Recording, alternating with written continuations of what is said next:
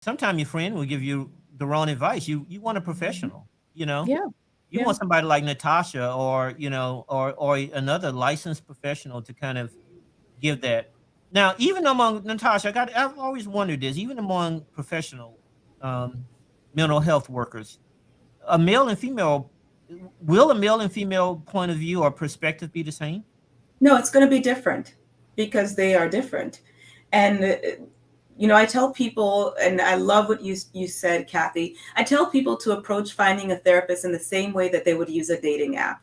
The first one might be a dud, absolutely awful. You don't even know how you match.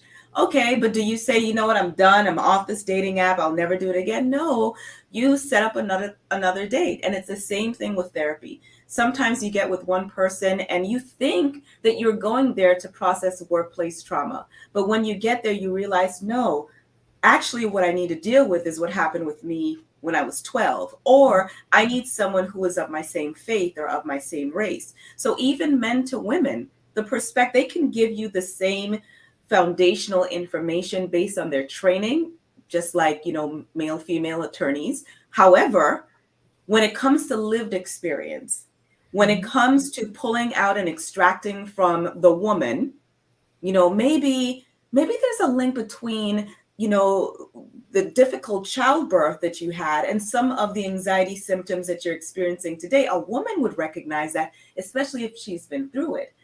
A man may recognize it because he's heard of it before, but it's different. Lived experience matters. And because I want to clarify, I am a mental health coach, which is different from a mental health therapist, counselor, psychologist, psychiatrist. I do not have a degree in mental health counseling. I do not counsel. I do not offer therapy. I do not take deep dives into your childhood. That is a clinician. I'm a coach, which means we start with today. And where do you want to go?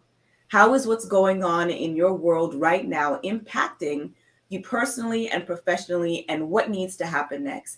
I work with people on creating strategies, and a lot of it is based from living with bipolar disorder for 20 plus years. Everything that I've been through, what worked for me, what hasn't worked for me. I've got other certifications, but the counseling route, I didn't want to do that. I'm too much of an empath to listen all day long. So I That's wanted to make that very good insight. clarification. Yeah. And I that's what I also found the add, female. Yeah. The woman was very emotional. Yeah. But when I went to her husband, who was a clinical psychologist, he drilled down Yeah. and really got to the root of the issue. Hmm. I I also enjoyed want her, but that clinical psychologist made all the difference in the world. Hmm. Yeah. So just like there's mental health coaches and business coaches, there are also divorce coaches.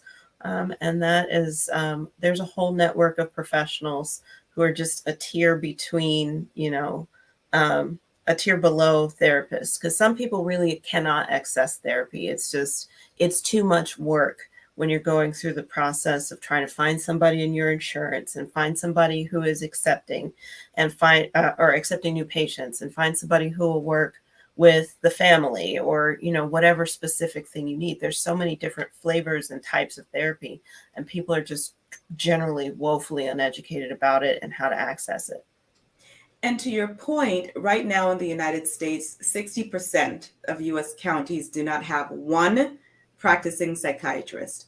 So Wow. we know, especially when it comes to the intersectionalities and representation, finding, a provider that is, Black, Brown, Indigenous, that's veteran, that's a Mhm. huge population need right Right. now. And, especially if someone reaches out to me and they've been in combat, I refer them only to the therapists I know that have that experience, Right. because there's absolutely no way for anyone to imagine what that is like.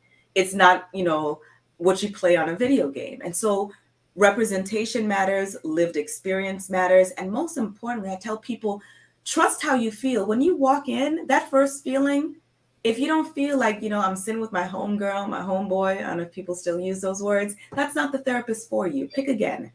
Pick again, because if you're going to be spending your money, you need to be able to actually get some results. Okay. So yeah, therapy is so important, and I'm glad that you made the distinction between what you do and what a licensed person would do.